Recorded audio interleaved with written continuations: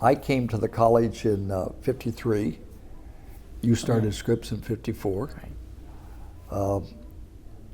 And in those days, the military feeling was still very much there. They had an orientation, which today would be considered hazing. And where Pomona students wore little green beanies, Little hats. which was kind of common. At CMC, they gave you a military haircut. If you had any hair, they cut it all off just as you were going through boot camp, which made it was very easy to recognize freshmen because they were the ones with no hair. But it built a strong camaraderie. You got to know each other right away. This orientation was run by the sophomore class president, and CMC was out and going. The dining hall, instead of plates, had long tables, and they used the old military metal trays. So it definitely had a kind of a military flavor to the whole institution.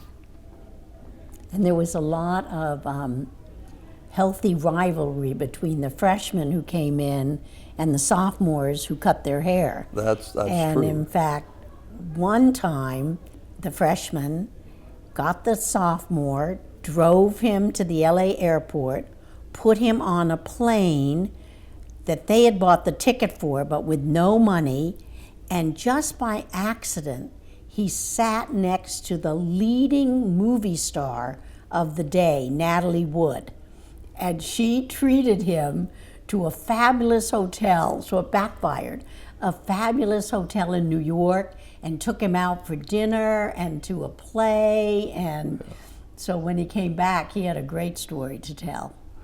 That was true. As you know, I was sophomore class president. I didn't get sent to New York with Natalie Wood. They took me up from Mount Baldy, cut off all my hair, and let me walk home.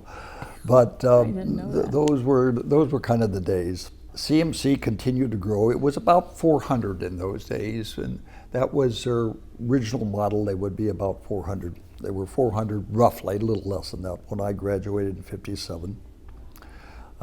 Jill graduated from Scripps in 58. We were married the day after she graduated. I was in the Marine Corps. We got out of the Marine Corps in late 1960. And I was up here earlier that year, having transcripts sent, ran into Pete Welsh, who was a member of the class of 1950, one of the pace setters, and a veteran. He said, "Why don't you come to work for CMC?" And he took me in to see George. And so I came back and went to work for CMC on January 1, 1961. For less money than you were making in the Marine Corps. That's right. That's right. Less money. But at least it was a job. And we went to work here thinking we would stay here a short time. And I would complete a MBA at the graduate school.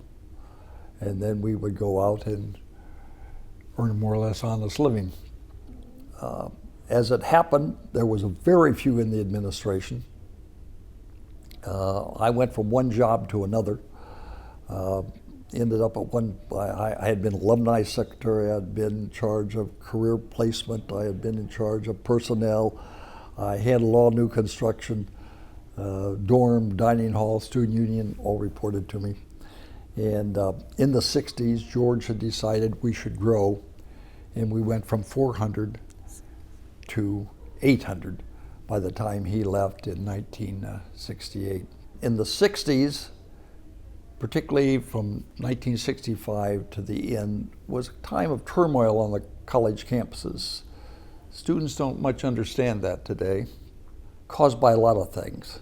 The death of Martin Luther King, the Civil Rights Movement, women's liberation. As you know, at Scripps, they had different rules for the women.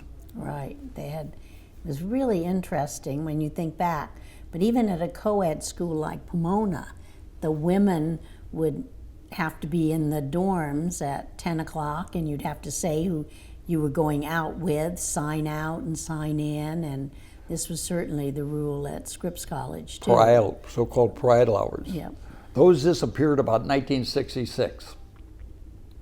You could have pride hours, but they had to be for the men as well as the women. So pride hours disappeared. So women's lib, civil rights, death of Martin Luther King, death of the President Kennedy.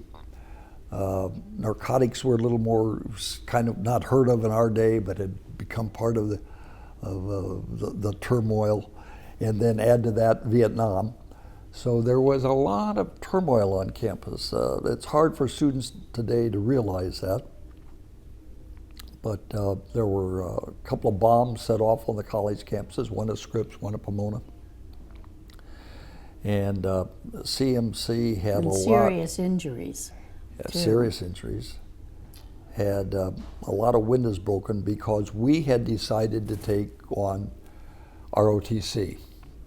We built Bauer Hall in '68 and housed ROTC. The unit had originally been at Pomona, but because of Vietnam and the like, Pomona was beginning to have serious doubts about ROTC. And CMC, with its veterans heritage, welcomed ROTC. George Benson left in '68, went back and became Deputy Undersecretary of Defense for Education, and ROTC reported to him nationally.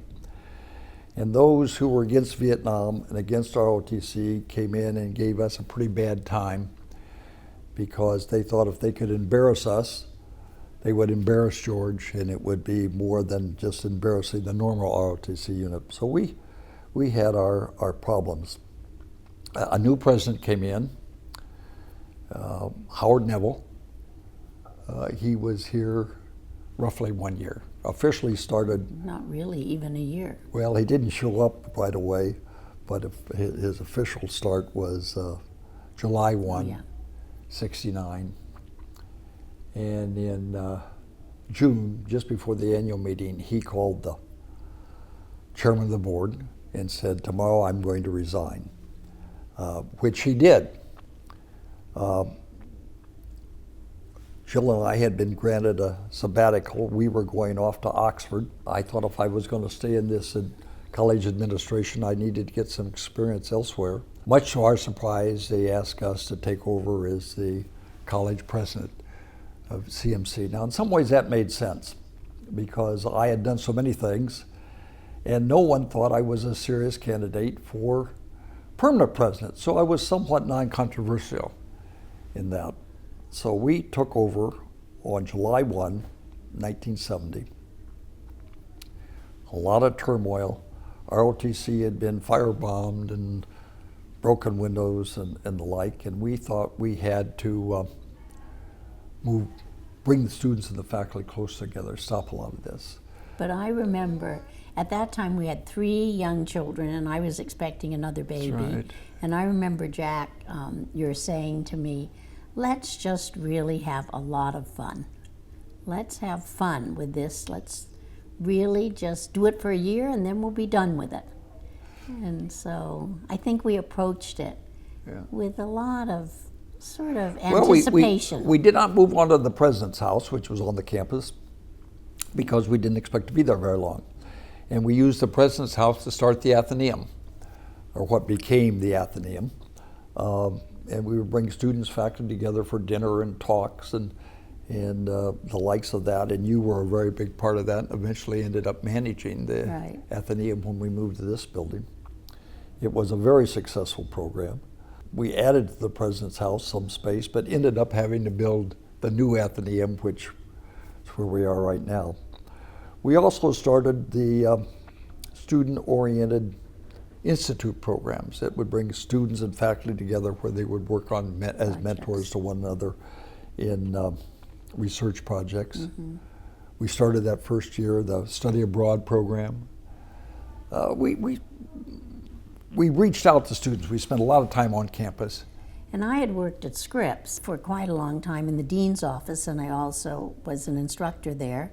And things that Scripps wanted to get rid of, like tea every day, we glomped onto. We couldn't wait to have serve kids, which we're still doing today, and the Rice Krispie treats came from a Scripps recipe that they would serve at special occasions, which we're still serving. Yeah. And at Scripps, you could only have 2 cookies. Here, you can have as many cookies as you want. Yeah, we started. And we had tablecloths on the table in the Athenaeum, and a lot of the things that Scripps wanted to sort of get away from as a women's college, I couldn't wait to pick up here and do. It was really, and the Athenaeum is amazing how little it's changed too. Yeah, it's still from remains. those first. Well, once it moved here, we enlarged it, and I know, but it's it's very very much much the same. student-centered, unlike a lot of Yeah. speakers' programs. We'll go on with your history. Well, the next big change, then even more to our surprise, that in February of 71, Whenever the earthquake was, yeah, they made me regular president, and we went on for there.